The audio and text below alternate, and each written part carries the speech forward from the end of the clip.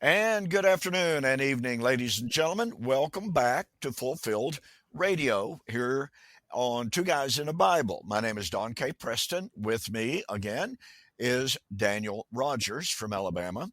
And we do appreciate so very, very much you being with us.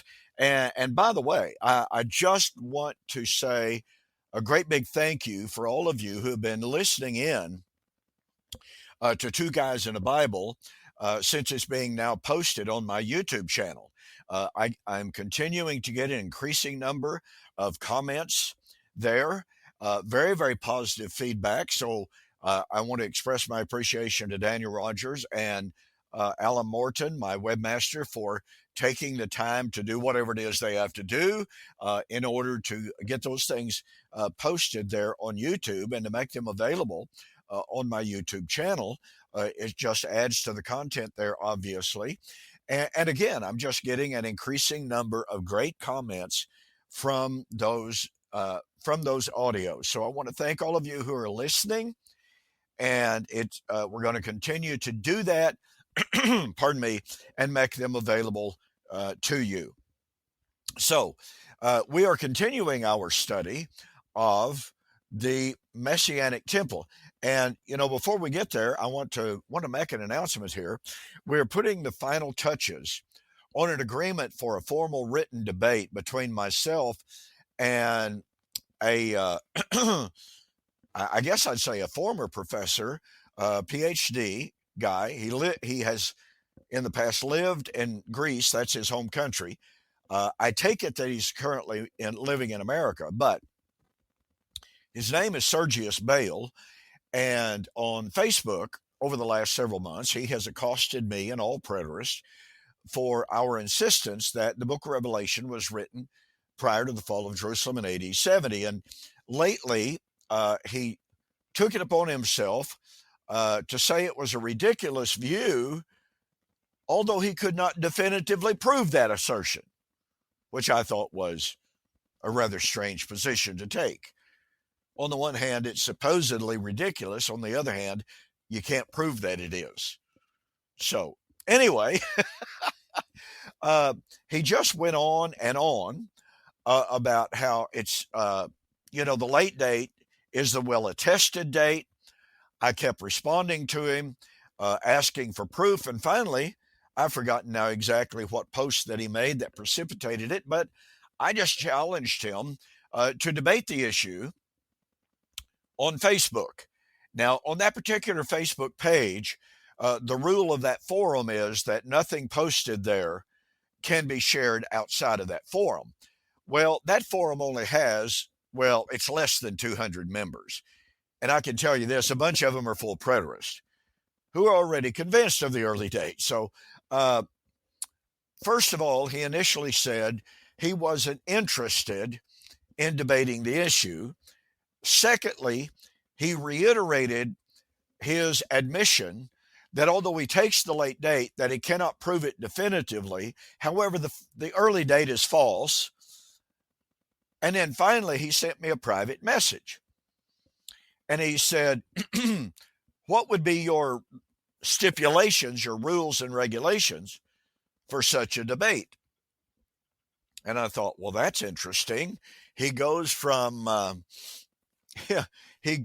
asserting that he can't prove the late date, but the early date is foolishness, to know he's not going to debate the issue, to now he's wanting to know what the rules are. So I drafted pretty much the standard rules that I have followed and proposed to other men when I was going to debate them down through the years. And I sent them to him.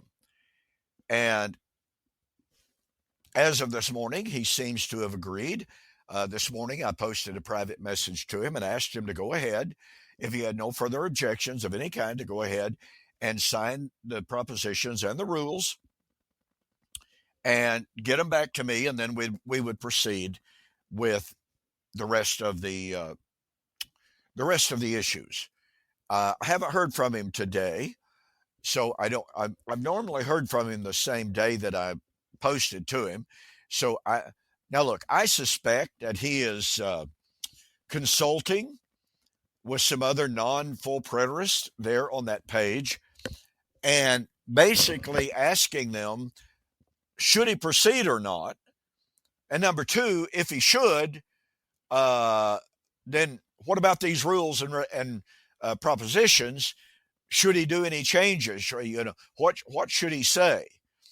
And I'm fully convinced that should he follow through, and as I said, as of this morning early, before I posted to him, everything seemed to be a go. But I am absolutely fully persuaded that if he continues and follows through with the written debate, that I won't be debating just him. I will be debating every full preterist on that page who feel like they can help him out to answer the arguments that I'm going to make.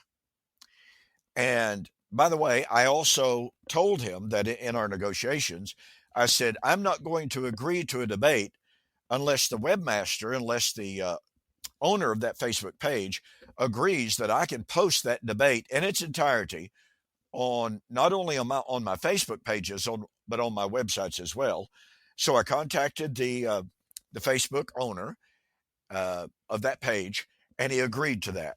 So all I'm waiting for now, literally, is for him to return the rules and regulations with his signature at the bottom. When he does that, I'm going to be posting everything on that Facebook page with the announcement that we have a signed agreement, and I'll also be posting it on my Facebook pages as well as on my web pages. So those of you who are interested in a debate on the dating of Revelation, that will be of some interest to you, I am sure. And so I'll keep you posted. Hopefully, he will follow through with what we seem to have as an agreement yesterday, instead of hedging and trying to change everything in midstream. But again, I'll keep everyone posted. It is an important subject. And I'll throw this in there as a little bit of an extra bit of information. When I told him that I wanted to debate the subject of the debate of the dating of Revelation, he initially said it was irrelevant. It didn't matter. And I posted back and I said, I failed to see how anyone could say that the dating of the book of Revelation is irrelevant, because the book of Revelation is about the destruction of Babylon. If therefore Babylon was Old Covenant Jerusalem, then the entire eschatological narrative has to fall within that framework of a pre-AD 70 dating and an AD 70 fulfillment. And he never really posted in response to that. So it's amazing to me that anyone would even conceivably argue that the dating of the book of Revelation is really an irrelevant issue. I mean, Daniel, have you ever heard anyone argue like that before?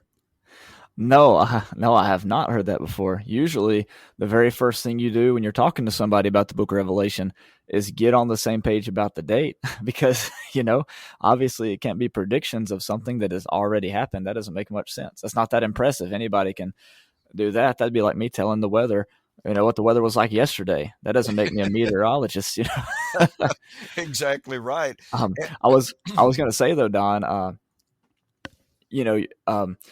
being familiar with just the subject in general, there's a resource online. It's really a debate online that I thought that maybe some of the listeners would like to go and to read, and it's on a website, Ogden, AOGDEN.com.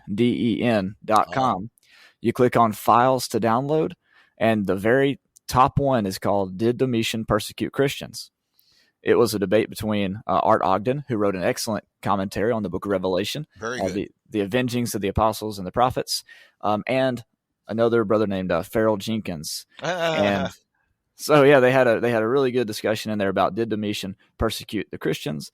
And you should, before you read Don's debate, you might go look at that just so you can have a good grasp of the history that they might be getting into in the course of the debate. So, yeah. Now, what was that website again? That's Ogden, AOGDEN.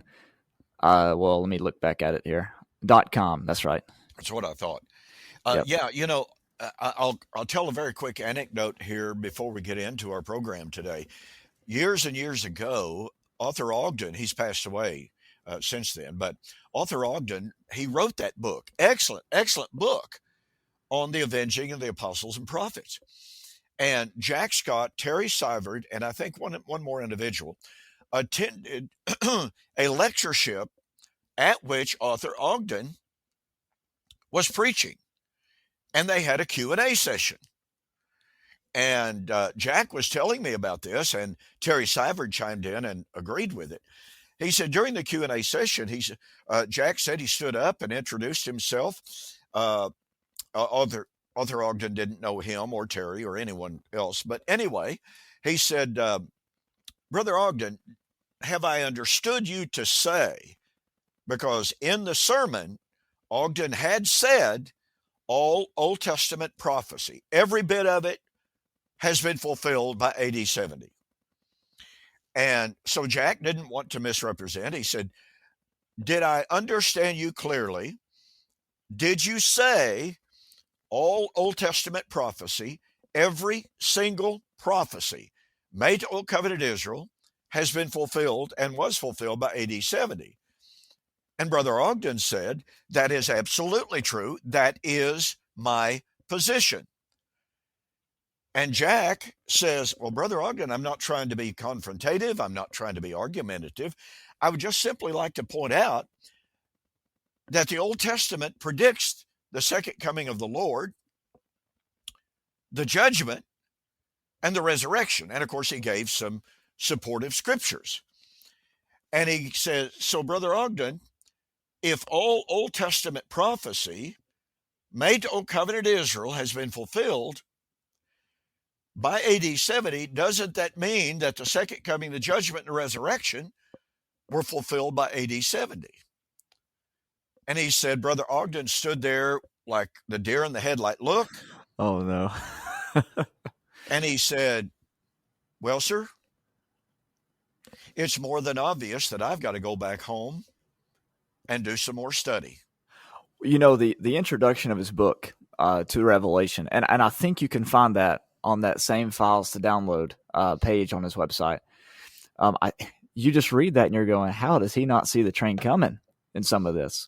Yeah. But what I try to do is just take a step back and go, they may not have seen it like we see it, but they sure enough laid the groundwork and gave us a great foundation to build on their work and to continue their work to this day. And so it's just, there's just some great stuff on there. Don, I wonder if the lecture you're talking about is the presentation he gave on the date and fulfillment of Revelation at the Florida College lectureships. Because when you go to that same website to audio sermon files, there is a presentation he gave at Florida College on the dating of and the fulfillment of the book of Revelation. And it's called The Case for the Early Date. It was February 1994 at the annual Florida College lectureship. Now, the Q&A isn't included, but the presentation is included. And I actually sent that to a friend recently who was asking about the date of Revelation, and he thought it was great. So I wouldn't be surprised that was the same thing. And by the way, I just tried to log on to www.ogden.com, and it says this site cannot be reached.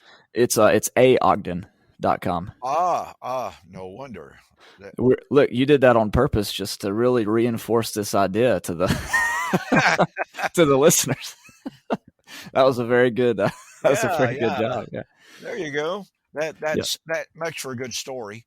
Yeah, that's right. That's right. Yes, right there on the left, you'll see files to download and also audio sermon files, and both the ones I mentioned are right there. So, and okay, say again, audio sermon files. Right, audio sermon files is where you can go listen to The Case for the Early Date. It's under the heading Studies in the Book of Revelation. Yeah, sort of the second section there. That's great. That is great. I don't know why, but I carry his book to sell his book. And his son does bookbinding services, and I want to tell you, he really does a beautiful job. And so I've corresponded with him, and I actually asked his son in some correspondence some years ago because I was ordering another batch of books, and he sort of asked me a vague, generic question about how did I come to know about the book, et cetera, et cetera. And I gave him a little bit of background, and I said, "Are you familiar with the full preterist view?" And he said, "No, as a matter of fact, I am not." And he said, "I have promised myself that I'm going to look into it, but," he said, "I have to tell you in all honesty, I have not done so." And I encouraged him to go to my website and take a look, at the articles there. And so I don't know if he ever has. Uh, but anyway, if anyone is listening and you want to order a copy of his book, you can contact me because, like I said, the book is really, really, really great, uh, right up to the millennium, and so he has a difficult time with that. But he does really a fine job on this subject and then on this theme of the avenging of the apostles and the prophets. Just does an outstanding job. So, like I said, contact me if you'd like to order a copy of the book because it is well worth the price, and it is a hardback book. It's a book that you need in your library. Yeah, I couldn't agree more. I mean, just the introduction alone and his emphasis on the time statements is it's incredible. You really, you really do want to read that and go listen to those and read those files I mentioned a second ago on his website. It's all good stuff. Yeah. If this debate with Sergius Bale takes place, I'm sure that I will avail myself of some of the information that he has on the persecution or claimed persecution by Domitian. And in my book, Who is This Babylon? I do actually quote Ogden, by the way, but I document how so many late date advocates, I'm talking men like Donald Guthrie in his massive, massive tome, Introduction to the New Testament, uh, he says something to the effect, even though the late date is the widely accepted date, it may very well be that the evidence has been overestimated and that the support for a late date is not as well substantiated as has long been held. Now that's a paraphrase, but that's the gist of what he has to say. And that's a stunning admission because he takes the late date, and yet here he is saying, I'm not so sure that we can prove this. So Yeah, it's really remarkable. And again, in my book on Who is This Babylon, I have an entire chapter on the Domitianic persecution. By the way, Daniel, are you familiar with the book The Myth of Persecution by Candida Moss? I am not. You need to get a copy of that book, and our listeners need to get a copy of that book. Candida Moss is a Yale, Harvard graduate, super, super highly academic achievements. She was teaching at Notre Dame. I don't know if she's still there or not. Again, her name is Candida Moss. The book is The Myth of Persecution. Now, It's only about $11.39 on Amazon, brand new paperback. For those yeah, of you who might want to pick that up too. yeah, I went ahead and purchased the hardcover, but nonetheless, yeah, Well, it's an that's $25. Not everybody has Mustangs to, supplement their book. no. So you don't understand. Most things cost money to work on, but here's something rather remarkable. Her book is focused on the persecution of Christians. She does not deny in any way, shape, form, or fashion the reality of Jewish persecution in the New Testament. Then she sort of kind of jumps forward to the record of Eusebius, which is the fourth century historian. And in her chronicling of persecution of Christians, she literally says not one word about Domitian. Wow. And I actually tried to contact her recently, and the email that I could come up with didn't work, obviously. Uh, and so I've got to go through another channel to try to find her. Uh, but this is more than remarkable.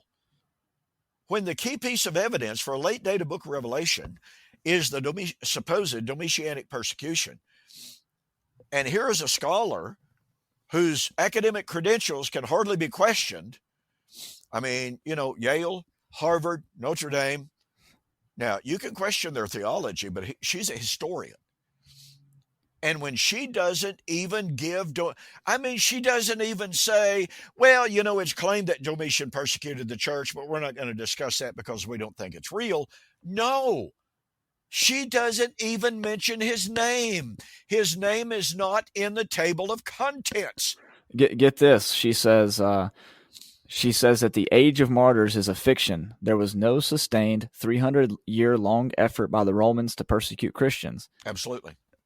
And that's exactly what Art Ogden said in this paper I mentioned a second ago. He said, my position in this exchange should not be misunderstood.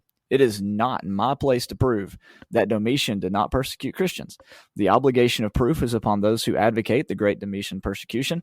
I readily admit that he may have persecuted some Christians. However, neither you nor I have the right to charge him with slaying many thousands and bathing the empire in their blood upon the premises of what he may have done. And then he goes on to say that there is no firsthand evidence contemporary with Domitian saying that he ever persecuted the church. Yeah. And that's just, I mean, it's just, it's really, really remarkable. And that's probably why she didn't talk about it, because there's no sources to go off of. I think, that is precisely why I think she did not give it even the slightest mention, because, the evidence is not there. And so when you don't have the evidence for it, or when the evidence is so tenuous, and by the way, there's a PDF. Oh, my goodness gracious! Let me see here. Let me get into my file real quick here, because we may have people looking for resources on this very thing. I believe it's an article by a scholar by the name of Wilson. And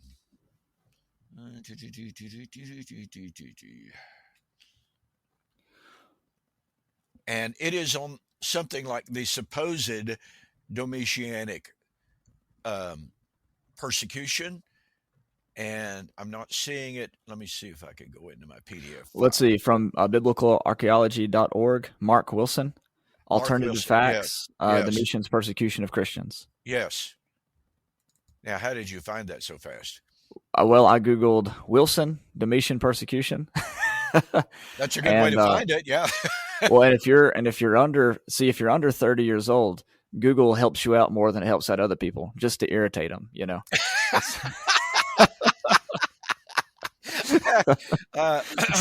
Are you trying to dig me there, Daniel? I mean, I'm saying in any situation, somebody will try to find something online. They can't do it, but as soon as they talk to, one of their grandkids or one of their kids or one of their friends, they just pull it right up. We just have a gift, is all.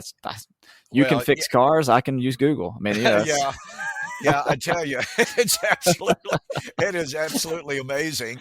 And believe it or not, I do use Google a good bit. I honestly do. But you're just quicker at it. Yeah, well, you were trying to search through your files, and I just went ahead and looked it up online. But yeah, here it is right here. If you want to go find it, you can just search Wilson Domitian persecution, and it'll pull it up on biblicalarchaeology.org. So there you go. Yeah. Okay, Wilson Domitianic persecution. We'll try that. The problem of the Domitianic date is right there. There you go. Yeah. And so when this, when this alleged persecution falls through and there's no firsthand evidence for it, although there is, of course, evidence for the persecution under Nero, his contemporaries had no problem bringing that up. It just really calls into question this this later date. Yeah. And what I was going to mention a second ago, Don, is what's kind of sad is, well, I'll just ask you the question: who outside of the first century, because obviously we know who the main persecution force was there. Outside of the first century, who's been the number one group of people to kill Christians? Without any doubt whatsoever, as N.T. Wright, as Richard Hayes, as even an older scholar, Rudolf Harnack, said, if we are to believe the evidence from the very beginning, persecution of the church did not arise from the Romans, but from the Jews. Yes, that's right. And then outside of the first century, when you move on into time, the biggest persecutor would be the church. Absolutely. Yeah. In the first century, there's no doubt. We have evidence from Jesus and from history and from Paul and other apostles, and then Josephus. And then outside of that, we've been the biggest enemy of ourselves, burning each other at the stake, beheading each other, casting each other out of churches. It's it seems like maybe the focus on the Domitian persecution is to maybe make us overlook the Constantine persecution of Christians as a Christian, right? So it's a shame, but anyways, so okay, well, we've shared a good bit of stuff there. I kind of forgot we were doing a podcast. Kind of thought we were just talking. We were just kind of other, going back and forth here and sharing information, and that's good stuff. I'm reminded, and I'll just give this one other quote that I have in my book, Who Is This Babylon? It is a quote from a historian. He is not a theologian. He is a historian. But his name was Richard Niewanger, Niswonger. And Niewanger said, there is virtually no evidence of any kind of any systematic persecution of the early Christians by Domitian. He said, even the evidence for sporadic persecution lacks a great deal of credibility. So here is he's again, let me reemphasize, he's not a theologian. He doesn't have an axe to grind theologically for late date, early date. He just simply looking at it from the perspective of a historian. What is the evidence? And the evidence, he says, ain't there. So this is, and by the way, I would also point out that this kind of evidence and this kind of testimony is growing among scholars. And in my book, Who Is This Babylon? I give a whole bunch of quotations from late date advocates, all of whom attest. Now, is the late date still the accepted norm? Sure. Is it still the consensus? No doubt. I'm not denying that. But nonetheless, in spite of that, there's a growing number of scholars who are beginning to question it. And this Mark Wilson is one of them. And he actually says, and by the way, there are actually two scholars. One of them is this Mark Wilson, and the other is the fellow that you looked up there. What is C.L. Wilson? I've forgotten his name. But anyway, both of them, one of them just openly says, I once accepted the consensus view of the late date. Mark Wilson says that he did as well. And so, and he quotes a whole bunch of scholars, including a Domitian scholar, okay, who refers to the, quote, alternative facts and, quote, fake news concerning Domitian as the persecutor of the church. So that's pretty powerful stuff. Yeah, it really is. It really is. And it's just something that has just been so assumed. I mean, I think Ogden even says this in part of that paper. He says, you might think this is such a strange subject to even talk about, because who doesn't believe that Domitian persecuted the church? It's something that's been rammed into our heads, Well, and I was raised with that view. and never questioned that view. See, I was raised that he persecuted the church, just in passing. But really, we took the early date view, thanks to Franklin Camp and Yeah, Floyd Franklin Wallace. Camp, So, yeah, who opened an awful lot of doors for preterism. Thank you very much. yep, that's true. Well, I think it's interesting, and we'll just go ahead and talk here a little bit.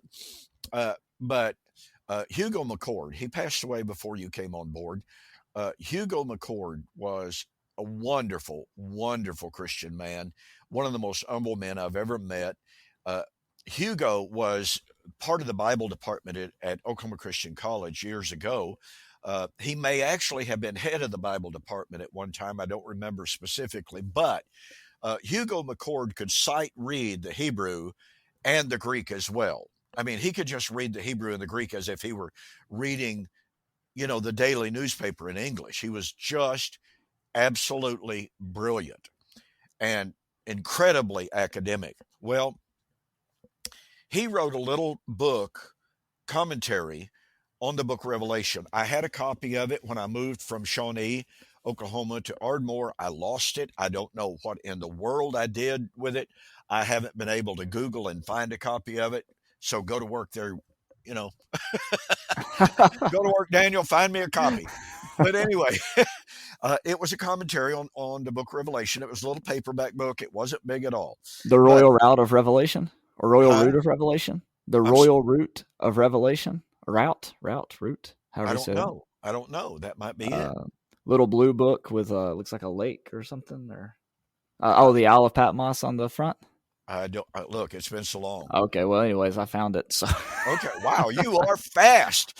So, so anyway, in the introduction to the book, under the dating of the book, he says this: if one were to rely exclusively on the internal evidence of the book of Revelation, there could be no disputing that it was written before the fall of Jerusalem in AD 70. However, and you're sitting there and you read that and you go, wait, hang on. So the book itself dates itself to prior to AD 70. However, Brother McCord said, we have the testimony of Irenaeus, who says it was written under the reign of Domitian. I will never, ever forget reading that and going, Brother McCord, did you stop to read what you just wrote? My goodness. So, uninspired second century writers or writer carry more weight than the testimony of the inspired book itself. wow. I was flabbergasted. I simply could not believe what I was reading from this incredibly scholarly man who had an unshakable faith in the inspiration and the authority of Scripture, and yet here he was pitting the internal testimony of inspiration against the uninspired testimony of a man who, by any standard of measure, was a Fruit Loop. I'm sorry. Yeah. Irenaeus, the more I read Irenaeus, the more I'm convinced that anybody would put all of their eggs in that basket are going to wind up with a basket full of broken eggs. Wow. It's just, the guy had some really, really, really weird ideas that virtually, dispensationalists might accept them, although the argument's been, Irenaeus believed that the earth would only last for 6,000 years, and at the beginning of the 7,000 year, that would be the beginning of the millennium. Well, that, has been pretty effectively debunked, but that was a foundational belief for Irenaeus. So on and on it goes, that it's just staggering that people put so much weight on the evidence of uninspired men as opposed to the internal evidence. And I know what the argument is. The argument very often is, well, the evidence from inside the book that you're looking at is just a matter of interpretation. Well, I can tell you this, ladies and gentlemen, the statements made by Irenaeus, supposedly concerning the dating of the book, are very, very, very much a matter of interpretation. And world-class scholars down through the years say that the interpretation that says that Irenaeus says the book of Revelation was seen in the time of Domitian is a false interpretation. So it's not a matter of history versus interpretation at all. Not at all.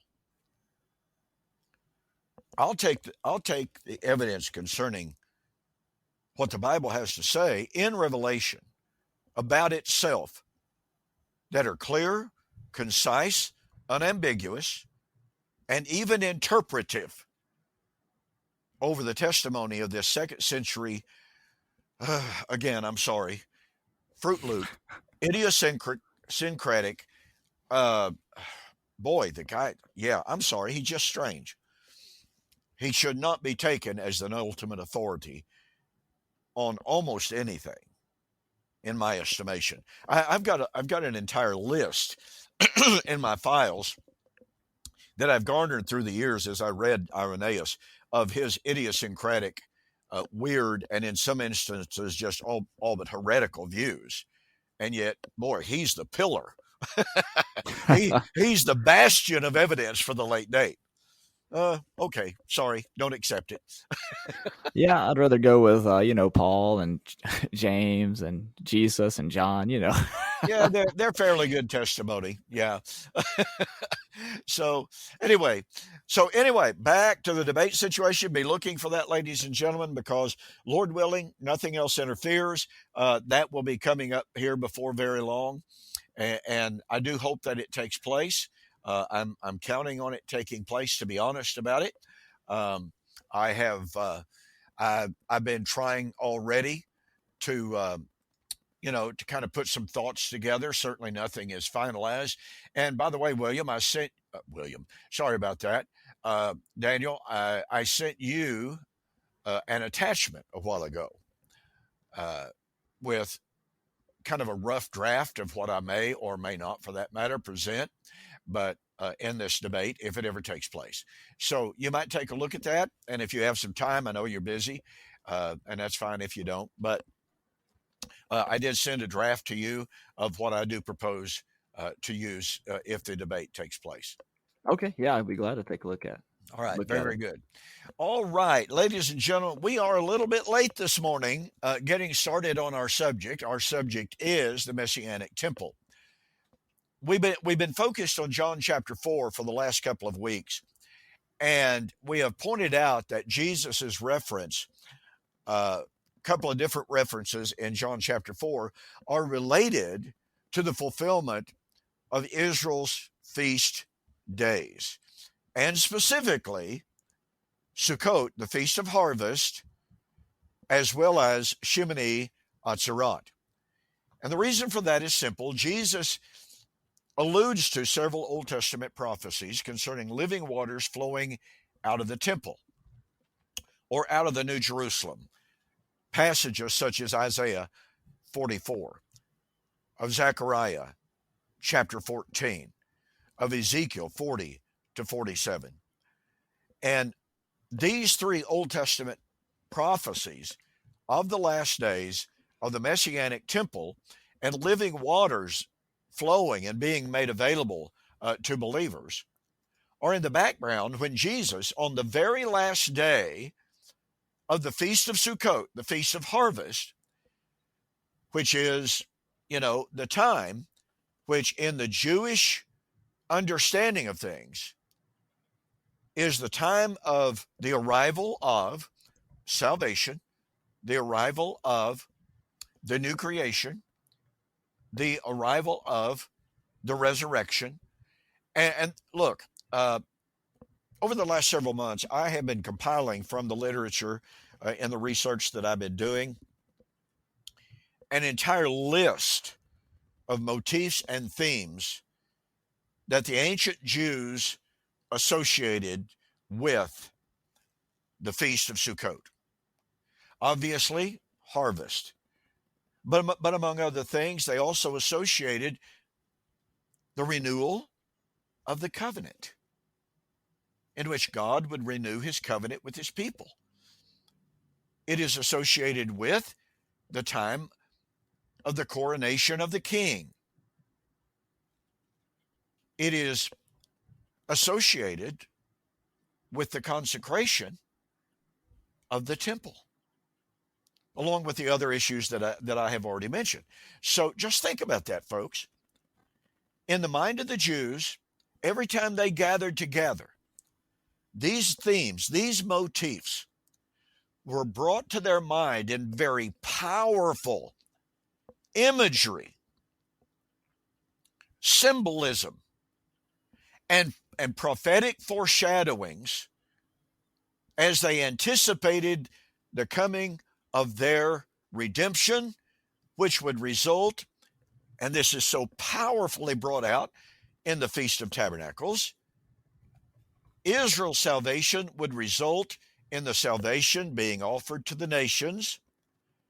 And as, man, one scholar after another. And I mentioned an article last week by Charles Vernoff. He wrote an article, The Feast of Redemption.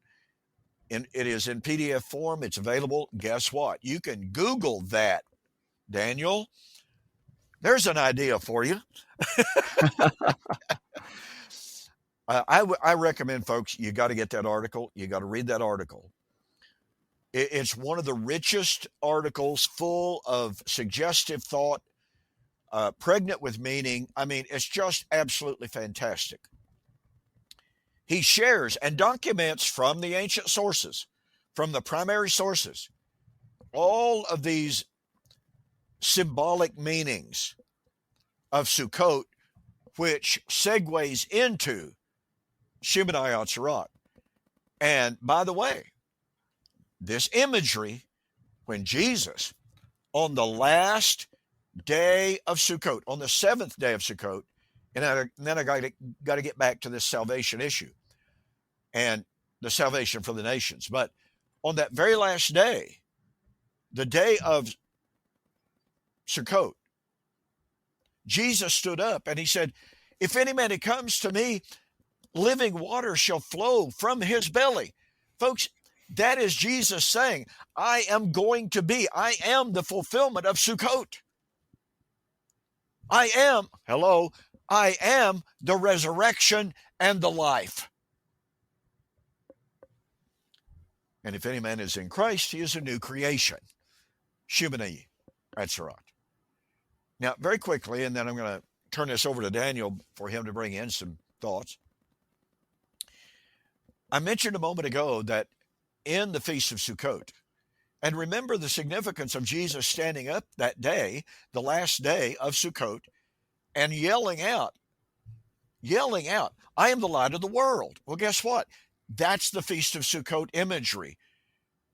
Because during the Feast of Sukkot, they had candelabras in the court of Israel, the court of the priests specifically. These candelabras were 75 feet tall. And there were several of them there. And the light from those candles, and they were actually containers, they were bowls with wicks of oil put in them, and the wicks hung out over the edges of the bowls. But the rabbis used to say that the entire city of Jerusalem was lit by the power of those incredible bowls. So here's Jesus, I'm the light of the world. That's Sukkot. If any man believes in me, out of his belly shall flow rivers of living water.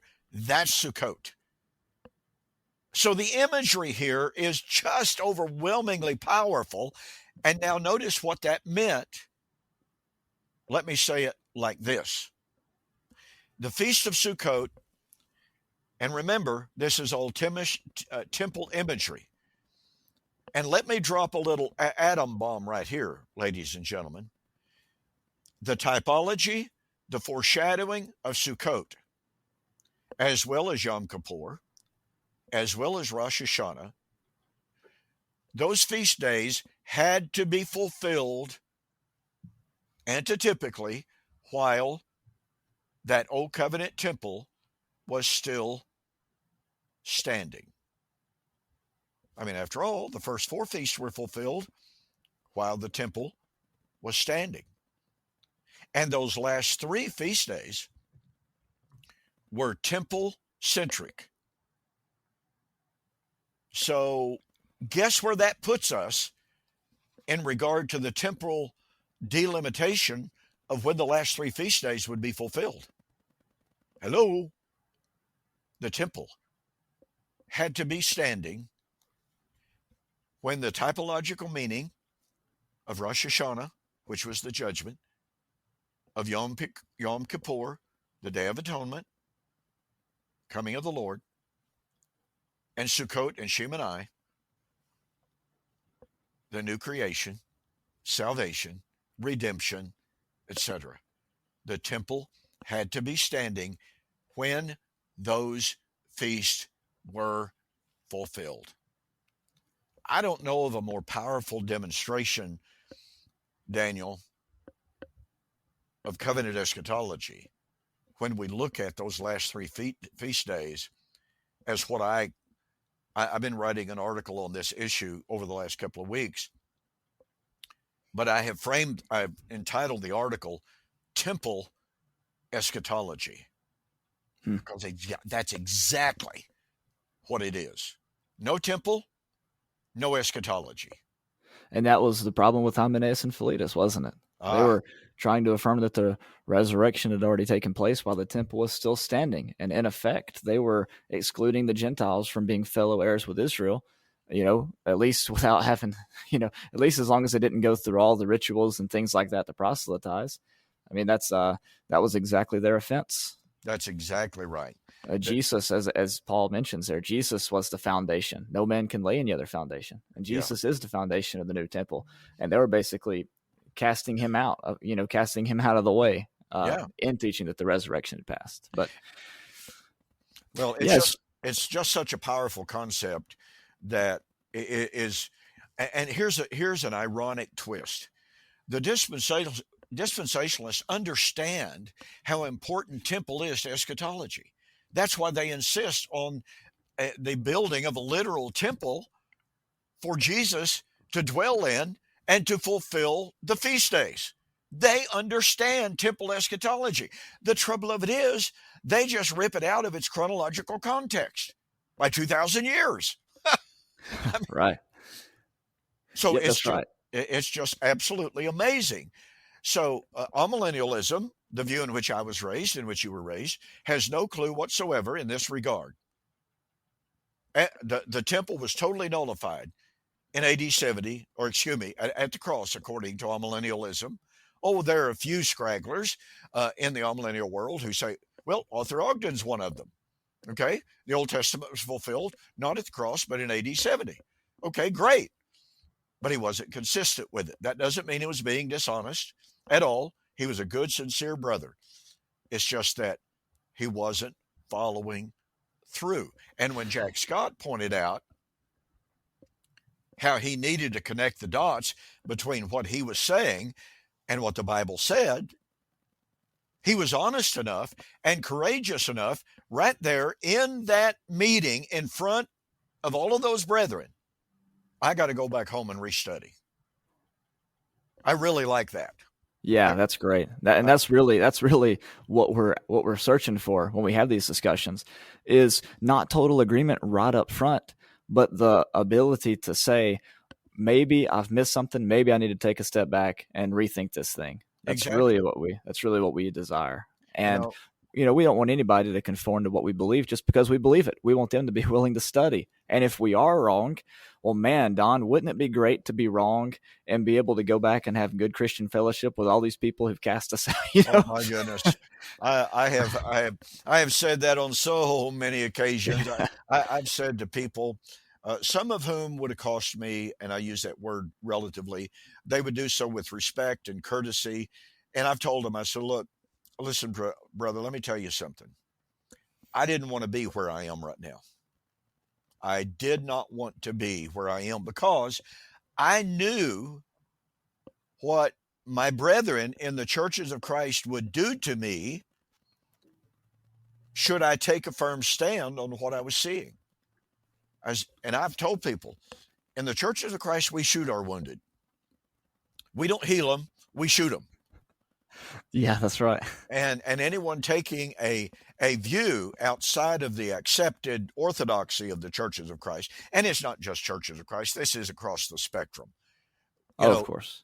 Anyone stepping outside of the accepted orthodoxy is, they're just automatically a heretic and they're to be shot and what have you. But I have told people, I came to where I am kicking and screaming, fighting every inch of the way. I have said, oh my goodness, pardon me, I cannot count the number of people I've said this to. I have said, you would do me the greatest favor in the world if you could show me I'm wrong so that I could repent of my error and be accepted once again into the good graces of my brethren. But I also add this caveat. I know what I used to believe. I know what you believe, I have said to these brothers. I may know it better than you do. But I can tell you this, unless you've got something better than what I once believed, unless you've got better evidence than what I once had, you're not going to convince me because I know what's wrong with that evidence. Yeah, exactly. I've told some of the some of the New Heavens and New Earth guys who've kind of taken after N.T. Wright. I've told them, I've got to give it to you guys. You're actually trying to be consistent because you're lining up the nature of the resurrection with the nature of the New Heavens and New Earth. Yeah. And so I appreciate what you're doing there. I think it's the wrong direction, but at least it's an attempt at consistency. Yes, it is. It is. Going back to what we were talking about a minute ago, I wanted to read this passage from Hebrews because if there's a passage that talks about temple eschatology, it's this text. And I was going to add before reading it that maybe the reason why I didn't see temple eschatology before, and maybe you, is because of the version that we were using, the version of the Bible. Let me just read this and kind of show what's going on here. In Hebrews 9 and verse 8. Mm-hmm. The scripture says, the Holy Spirit is signifying this, that the way into the holy place has not yet been disclosed while the outer tabernacle is still standing. Now, the word standing, or rather the word, the expression, the entire thing, the way into the holy place has not yet been disclosed while the outer tabernacle is still standing, indicates a present reality, right? Not something that was... that had been accomplished, but something that would be accomplished. It was an ongoing thing. Now, in the King James Version, listen to what he says here. The Holy Ghost, this signifying that the way into the holiest of all was not yet made manifest, while as the first tabernacle was yet standing. So we have still standing versus yet standing. And just that minor difference can transform how you read this passage. Now, he goes on in Hebrews chapter 9 to say this. This outer tabernacle, he says, is a symbol for the present time. Accordingly, both gifts and sacrifices are offered which cannot make the worshiper perfect in conscience. He's talking about things that were going on presently in the temple. They were currently being offered. Since they relate to only food and the drink and various washings, regulations for the body, he says, the idea of the flesh there, imposed until a time of reformation. Don, you've pointed out that the word apokatastasis in Acts chapter 3, the restoration of all things, is a synonym of this word here, diorthosis, in Hebrews chapter 9 and verse 10. He says then in verse 11, but when Christ appeared as high priest of the good things to come, there's your Colossians 2:16 passage, mm-hmm. He entered through the greater and more perfect tabernacle, not made with hands, that is to say, not of this creation. Mm-hmm. So we have the old creation, the present time, the tabernacle still standing, versus the new creation not made with hands, the good things to come. And if there's any passage that talks about temple theology, that's got to be it right there. I have used Hebrews 9 in countless discussions. And I'll share this very, very quickly. Some years ago, while I was, before I got terminated from my preaching position at the Maxwell Church of Christ here in Ardmore, Oklahoma, the elders surreptitiously reached out to Brother Buster Dobbs from the Houston area at the time. Brother Dobbs considered himself to be the final definitive answer in refutation of covenant eschatology. Well, I was supposed to be out of town, take a little bit of time off, and unbeknownst to me, the elders reached out to Buster Dobbs and asked him if he would come to Shawnee, or Ardmore, excuse me, and give a presentation. And he brought along with him a guy named Don Kane. And somehow or other, I found out about that, and I decided not to leave. And I'm telling a little bit of the full story here in order to get the full impact. And so I showed up on Sunday morning. You've never seen such shocked look on the faces of elders in all of your life. In fact, one of the elders literally walked up to me and said, "What in the world are you doing here? You're not supposed to be here." And I was like, I told him, I said, I work here. And of course, I didn't work there much longer. But anyway, he said again, "You're not supposed to be here." Well, I knew something was up. And so I wasn't planning on preaching. I took my place down toward the front, and I started getting a whisper or here and there in my ear about what was going to take place. And then I saw Brother Dobbs. One of the elders got up and said, tonight, or this morning, or this evening, rather, excuse me, we're going to have a very special presentation by Brother Buster Dobbs from Houston. He didn't even say what it was about. He said, "We want everybody to be here." Well, of course, I learned what it was all about. So I went in and met with the elders that afternoon. And I said, "Okay, brethren," I said, I just told them, I said, "This is pretty much backstabbing. This is underhanded. This is not scrupulous." And I said, "Let me tell you something. When Buster Dobbs gets up there and speaks, whatever he says, I'm going to get up and answer." And they said, oh, yeah. They said, "Don, that's what we intended all along." And I just told them, I said, "No, it wasn't, brethren. Don't tell me that. You thought I was going to be out of town. So don't tell me you intended for me to get up and follow him." And they just sit there, like a bunch of rocks. Okay, so Dobbs gives his presentation. And he kept talking about the future redemption, future salvation at the coming of the Lord. I went right straight to Hebrews chapter 9. And by the way, during his presentation, he made the massive mistake of talking about when we die now, we go to Hades and we await the resurrection so that we could go to heaven. So I got up, and for my allotted time of about 40 minutes, I expounded on Hebrews chapter 9. And I just pointed out that if what Brother Dobbs said in his presentation is true, we have no forgiveness of sin, because no one could enter into heaven. No one could enter into heaven while the old law stood. Brother Dobbs doesn't believe we go to heaven today. Why?